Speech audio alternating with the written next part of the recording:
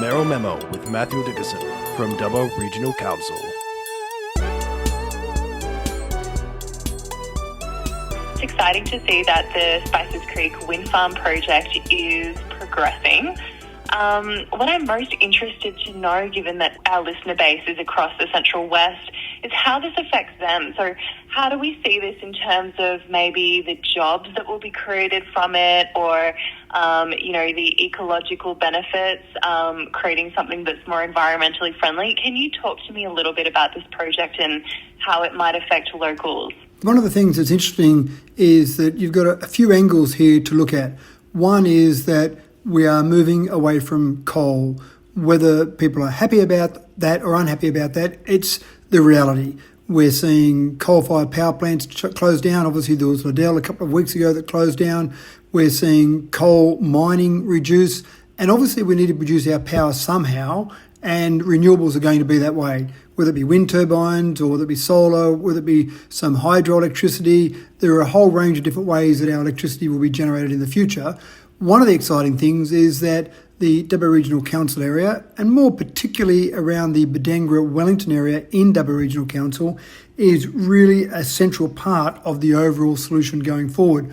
We've already seen projects down there. We've got wind farms there. We've got solar panels there.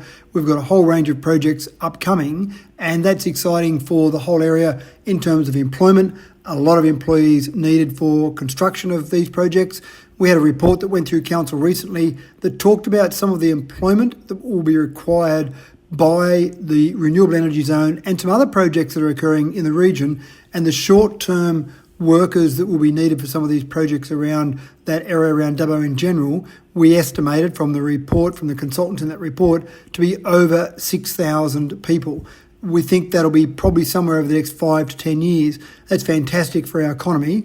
We also want to see long-term benefits from these projects as well. We'll be providing lots of the power for the state. In fact, it won't be that far away. In a few years' time, the renewable energy projects around Budengra will be providing somewhere in the vicinity of 30% of the power for all households across the state. And I think that's fairly significant and something that the whole area should be very proud of. Now, one of the things is that we'll be providing lots of the power.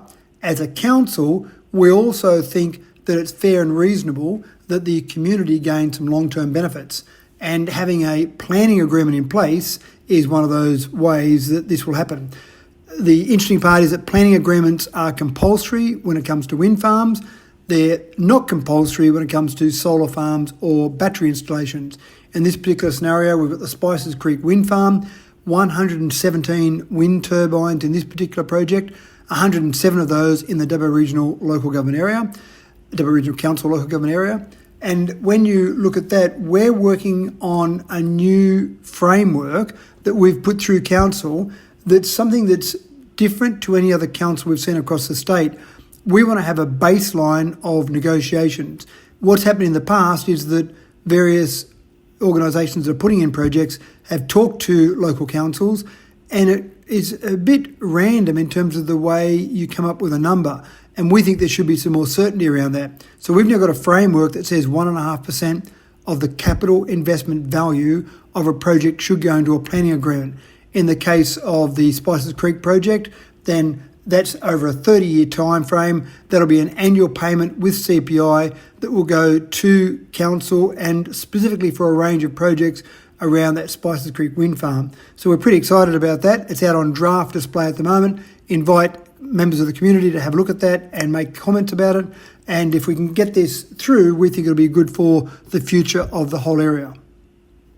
And do you as an LGA have environmental goals that you're heading towards? Does this have an impact on those? We've got our own environmental goals in terms of reduction of carbon emissions from council.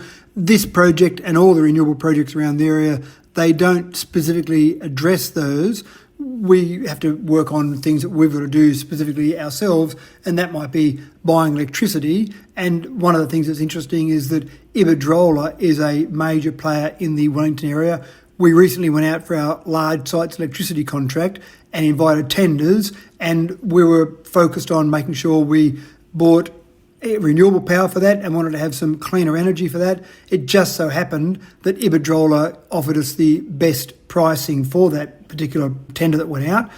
We didn't choose them because they happened to be in the Wellington area. It just happened to be that they were the best price. But it is quite nice synergy there that we will be buying electricity in that particular project from a company that's producing its electricity in our area. Yeah, great. Well, thank you so much for that. I feel like I've got everything I needed on the wind farm story.